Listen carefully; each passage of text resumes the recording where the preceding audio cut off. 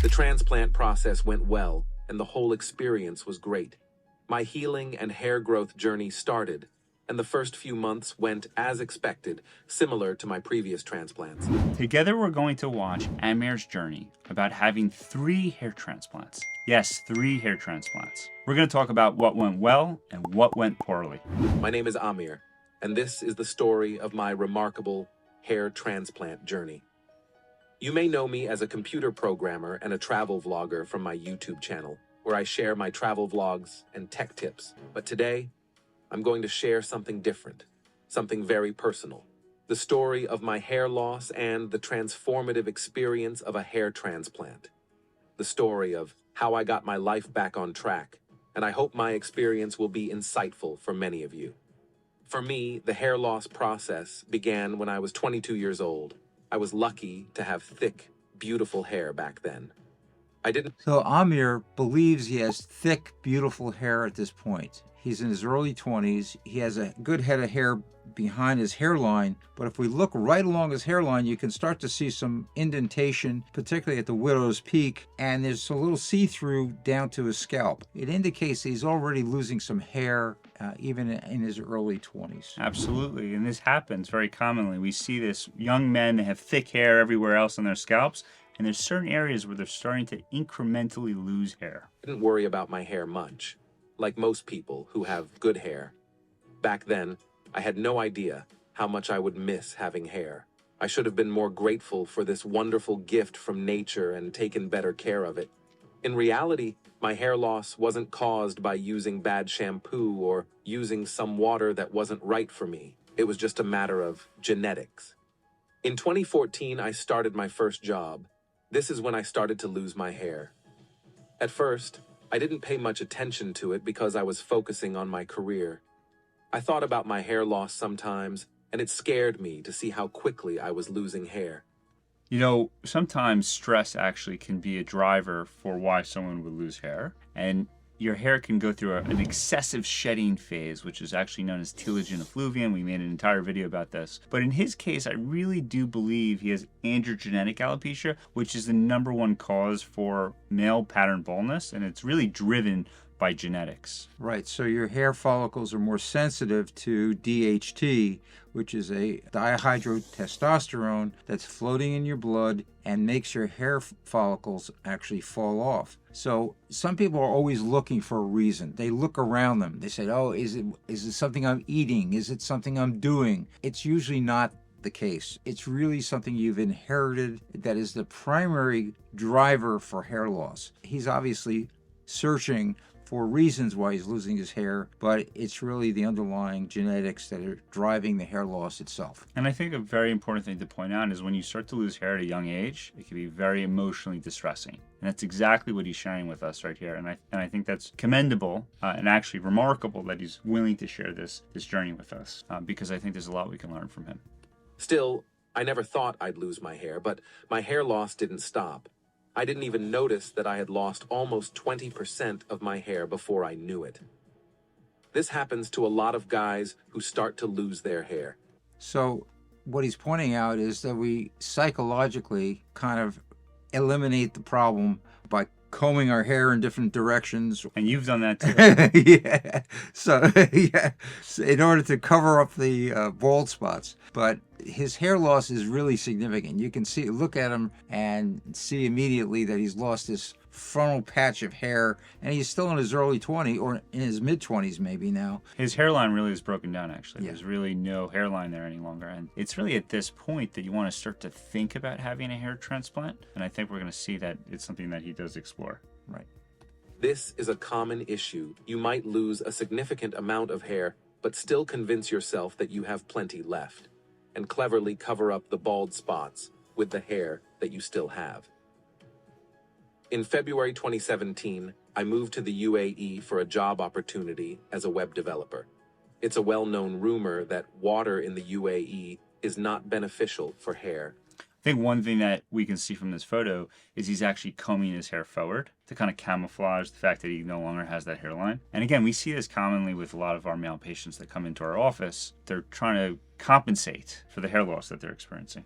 I also think his beard is a distraction from his hair, the hair on the top of his head losing his hair. So I think that subconsciously he's growing beard hair in order to compensate for some of the hair loss on the top of his head. I know he may have a preference to having a beard, but it may be some way to deflect our attention away from the top of his head. While I can't confirm this, my hair loss seemed to accelerate after moving there.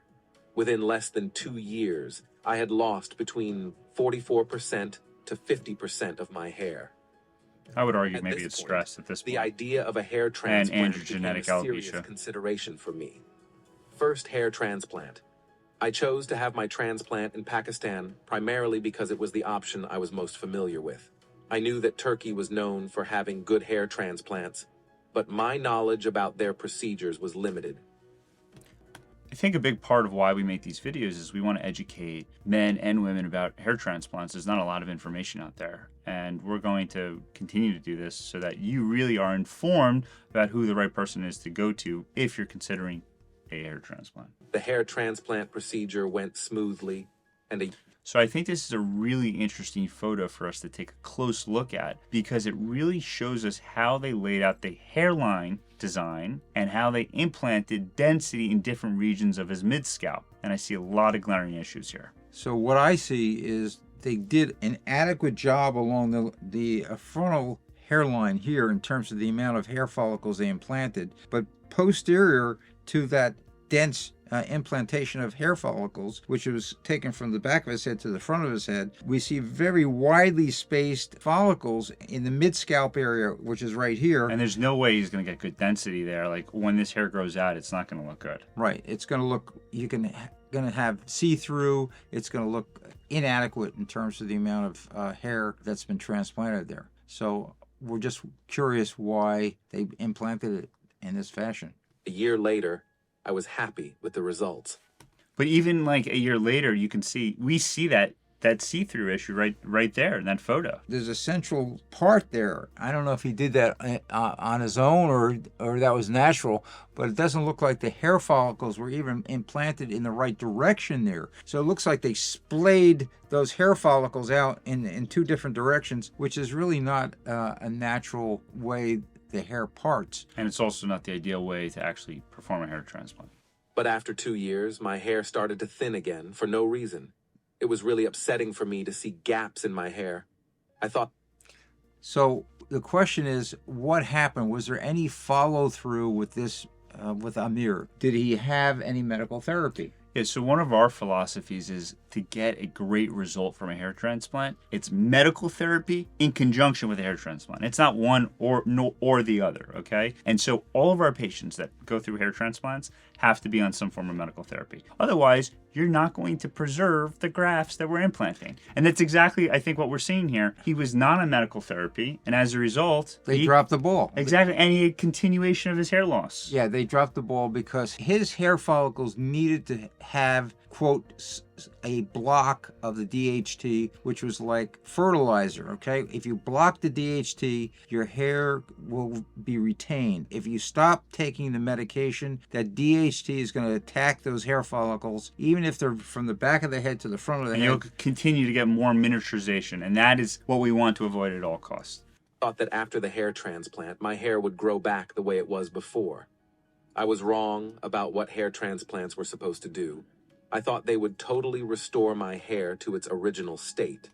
So, again, this is a misconception. People think it's a one-and-done procedure. You have a hair transplant, and that's it. You're finished for life. And the answer is no. You have to continue to use the medical therapy in order to preserve the hair follicles that you have implanted. But even with the medication itself, it doesn't mean that you can't continue to lose hair. You will lose hair over time, but it'll slow down the process. And that's why it's critical that there is follow-up in terms of following a hair transplant. It isn't just going to get a hair transplant and you're done and you're gone and you're finished. You have to have medical therapy ongoing in order to preserve that transplanted hair. And I think that's a big reason why we're both against patients really seeking out international hair transplants, because when they go internationally, they're really focused on just performing the hair transplant, and they're not doing the due diligence of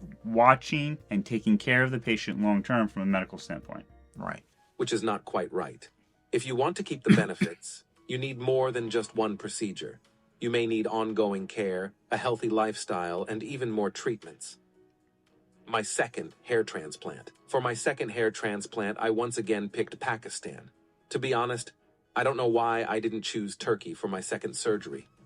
So now we see a completely different change in his density. There's a lot more follicles that were placed in the mid-scalp. But I also noticed they did some of the temple region as well, which I don't know if we would have been aggressive to address those areas, because I really think he needed to primarily focus on the mid-scalp area to improve the density gaps that he had. So what we see here is Amir has greater density of his frontal and mid-scalp area. However, his hairline looks unnatural to me. It looks like it's too straight. And when it's too straight, it's a giveaway that you've had a hair transplant. We like to see in Caucasian patients and in Middle Eastern patients some irregularity of the hairline itself, which is a more natural hairline. In Afro-American patients or African descent patients, those patients generally need a more straight hairline than Caucasian patients. So hairline design is critical in terms of arriving at a very natural appearing final result. In his case, I don't think it's natural in appearance. The transplant. Once again, things went well for about 8 months. But then I started losing a lot of hair. I asked my doctor about it. He told me it was because of the medicine he had given me. After my surgery, he gave me a certain drug that I had to take every day. That medicine, finasteride, is the #1 drug that is prescribed around the world to address hair loss. It is not causing hair loss. What Amir is experiencing here with hair shedding is to be expected. When you start taking any hair loss medications for the first time, you're going to get an initial shed a couple weeks later, maybe a month or 2 later. That is normal. That means the medications are actually working because the old hair is falling out, it's gone, and the new hair is starting to sprout and it's moving those old hairs out. So this is a sign that you have to continue taking the medications, actually. Yeah, don't stop. And the other thing I want to emphasize is when you start your hair loss journey, it's a lifelong commitment. You take these meds as long as you possibly can, unless there are side effects or if there's a medical reason to stop. Now, I made an entire video about side effects that happen from finasteride, so if you want to learn more about those, please check out that video. It was sad that after 2 months, I started to see gaps in my hair again. That's because you stopped the meds. My third hair transplant. I was on vacation with my family in Turkey when I started to notice gaps in my hair again. It was hard to miss people walking around Istanbul with bandages on their heads, which meant they had just had hair transplants. And it made me think about getting a third hair transplant. I wasn't even sure. It's interesting because in Turkey, there's 1 million hair transplants that are performed every single year. So it's not uncommon to see a lot of bald men with these bandanas walking around or getting onto the plane. Or if a third method was possible. The first thing I did was talk to a few doctors, and they told me it was possible. Next, I had to find a trustworthy doctor in Turkey, which wasn't easy since the country is known for its hair transplants.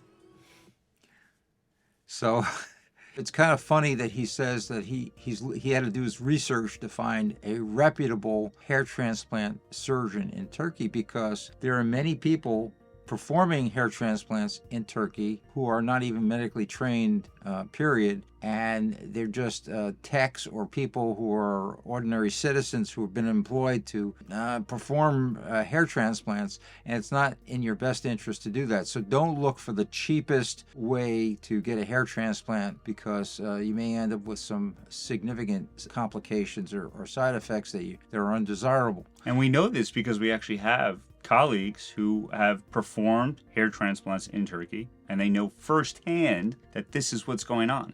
So you have to be extremely careful. And we've seen patients. And we've seen patients and complications, but you have to be extremely careful if you do go to Turkey that you make sure you go to a reputable clinic where the physician and not the hair tech is performing the surgery. Ultimately, I chose Clinicana for my third hair transplant journey.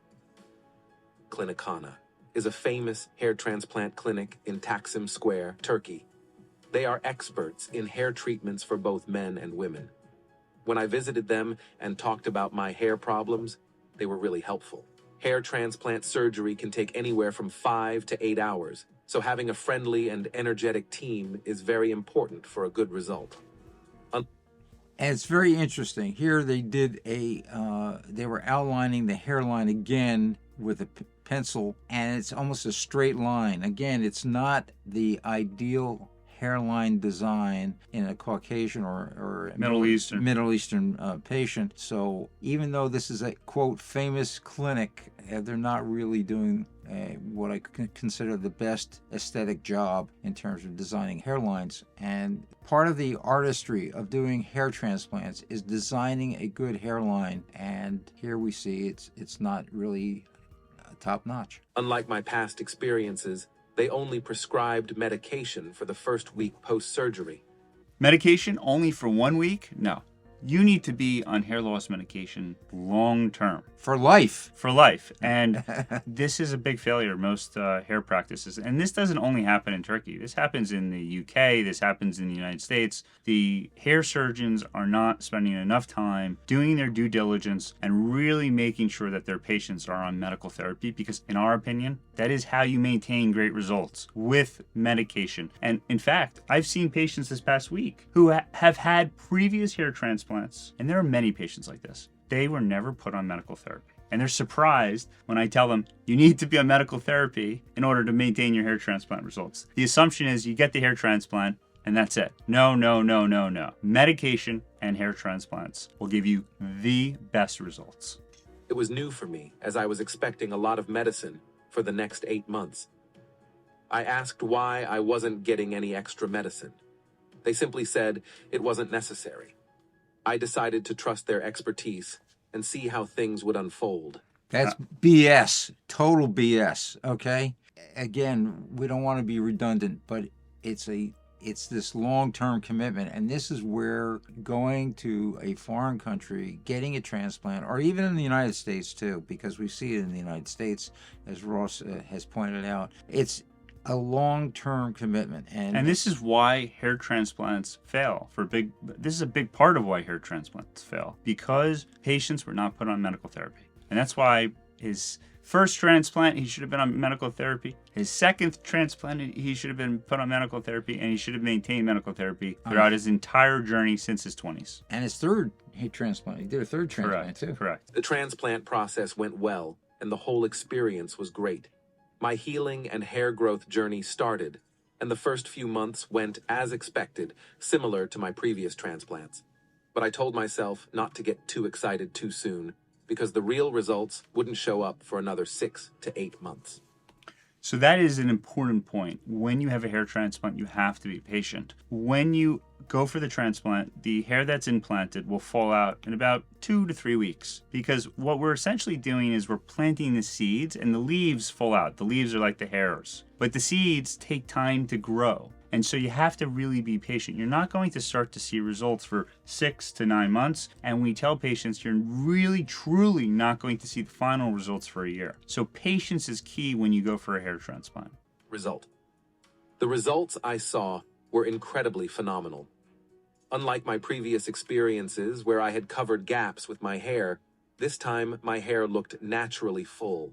What made Clinicana stand out was their great care after surgery. They kept in touch with me on a regular basis to see how I was doing and gave me helpful tips on everything from how to sleep to how to wash my hair. So sleeping and washing your hair is not better than taking medication after a transplant. Taking medication is the number one thing to do after a hair transplant. Not washing your hair with certain shampoos, not getting 8 hours of sleep. Yes, they can help in terms of maintaining some hair growth. But it's not the number one thing. It's again and again and again, it's medication. Medication is going to help retain the hair that you had transplanted. I documented this transformative journey on my YouTube channel, posting monthly updates to share my experience and valuable insights. The videos are in Urdu, but you can still see how my hair restoration journey is going even if you don't understand the language. The costs of my hair transplants. The costs of my hair transplants changed depending on where I got them and when. The prices I'm going to talk about could have changed since then and may not reflect the current rates. My first hair transplant took place in Pakistan in 2019 and cost 70,000 PKR. So let's look up what 70,000 PKR would cost in US dollars. So 70,000 PKR In 2019. would cost approximately $467.88. Wow. What? That is a very, very cheap hair transplant. Yeah, no wonder he went there, but unfortunately it didn't work out. So you get what you pay for. The exchange rate was 1 USD to 135 PKR at the time. My second transplant in 2021 also occurred in Pakistan. It cost about 100,000 PKR, which is about $170 USD at the time. So that is equivalent to 100,000 PKR now is equivalent to $668.40. Wow. So he essentially had 2 hair transplants for the cost of $1,000.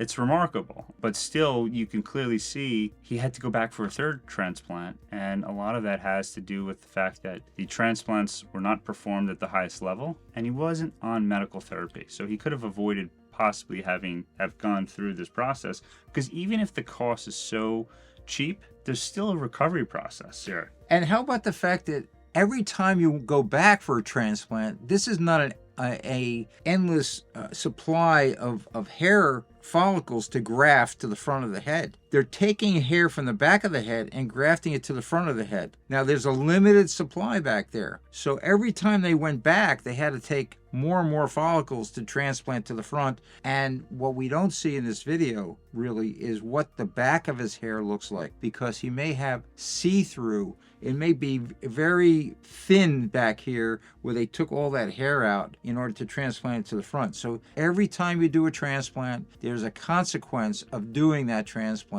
It's not a free ride, so to speak. You have to recognize that you want to limit the number of hair transplants you need. Sometimes you do need 2, but if you keep going and going and going, you're using up all that good supply of follicles, these donor follicles back here that are potential for grafting to the front of the head. And you can't continue to have hair transplants indefinitely. So yes, you're right. There's a finite supply of hair.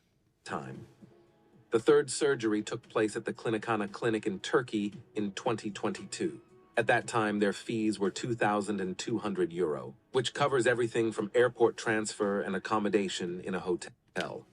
You should check their website for the most up-to-date price information. So let's look up 2,650, what is that, euros? Yeah. Is how much US dollars? That includes a limousine, a hotel, a massage, you name it, they'll give it to you. So if we look at the cost of his transplant when he went to Turkey, and we look at the conversion from euros to US dollars, it's approximately $2,774, which obviously covered not only his hair transplant, but his hotels, his food. It's extremely, extremely cheap. But it's not necessarily the best approach to getting a transplant, because I think when he went to this clinic, it probably was not performed by a hair surgeon, because that price is way too low. Yes, he got really inexpensive hair transplants, but I don't think he got the right medical oversight. And I think he could have avoided a lot of headaches. He didn't need to go through 3 hair transplants, on top of the fact that he's a young guy. Maybe he only needed 1, and we don't know how much hair they took from the back of his scalp. So I'm so grateful that he shared his journey with us, because he was really honest. He talked about choosing the clinics and kind of the struggle that he went through, his journey about losing hair, and he also alluded to the importance of medical therapy. And again, I commend him for sharing his experience, and I think there's a lot that can be learned from this video. And if you have any questions that we've not addressed, please leave them in the comments below, and make sure to check out our next reaction video about another hair loss journey. And again, it's amazing when people share their journeys online.